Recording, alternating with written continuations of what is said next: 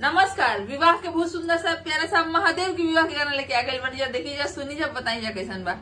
के करियाल गौरा के करी दुलारी है, यारे के कराही लोभे गौरा जाली फूलावारी है, यारे के कराही लोभे गौरा चलली फूलावारी है।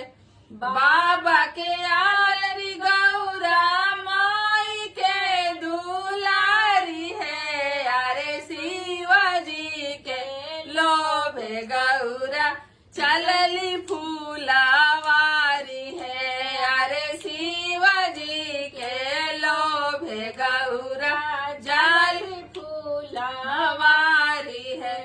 फूल लोढ़े गईली गौरा बाबा फूलावारी है, आहे फूलवा लोढ़ी गौरा भरली हली डाली है, अरे फूलवा लोढ़ी गौरा भरली हली डाली है। बड़े बड़े फूलवा गौरा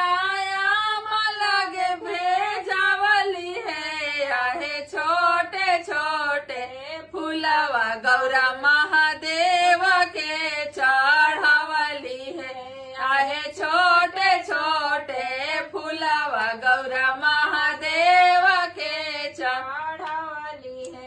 ऐसन अनादर शिवा सहु ना पवल है, आहे रूठी के चलल शिवाजी मालिन फूलावार है, आहे रूठी के चलल शिवाजी मालिन फूलावार है। शिव के खोजत गौरा बने बने गईली है, आहे कतहु ना मिलले मोरे शिव बौरा है, आहे कतहु ना मिलले मोरे शिव बौरा है। सुंदर बचन गौरा पूछली बाटहिया है, आहे कतहु ना लौके मोरे शिवयाड़ा भंगिया है, अरे कतहु ना लौके मोरे शिवयाड़ा भंगिया है। देखनी में देखनी गौरा मालिन फूलावार है, आहे हासी हासी शिव जोगिया गूथे फूलाहार है, अरे हासी हासी शिव जोगिया गूथे फूलाहार है। कतनु मनावस गौरा शिव नाही माने है, आहे कतनु ताकावस गौरा पड़ोसियो नाता के है, अरे कतनु ताकावस शिव पलटियो नाता कस।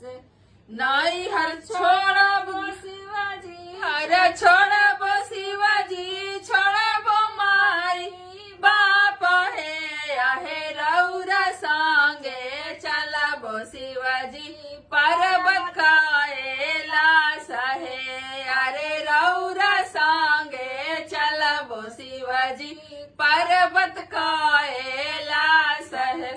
धन्यवाद। शिव जी हमन बहुत खिसिया तो शिव जी के अनादर न पसंद पड़ल। और गाना अच्छा लगे तो हमने के वीडियो के लाइक कर लीजा, और चैनल पर नया बनी जा, पहली बार देखा तो नहीं जाता, सब्सक्राइब के बटन जरूर दबाई जा, और वीडियो को लाइक कर लीजिए, शेयर कर लीजिए। धन्यवाद।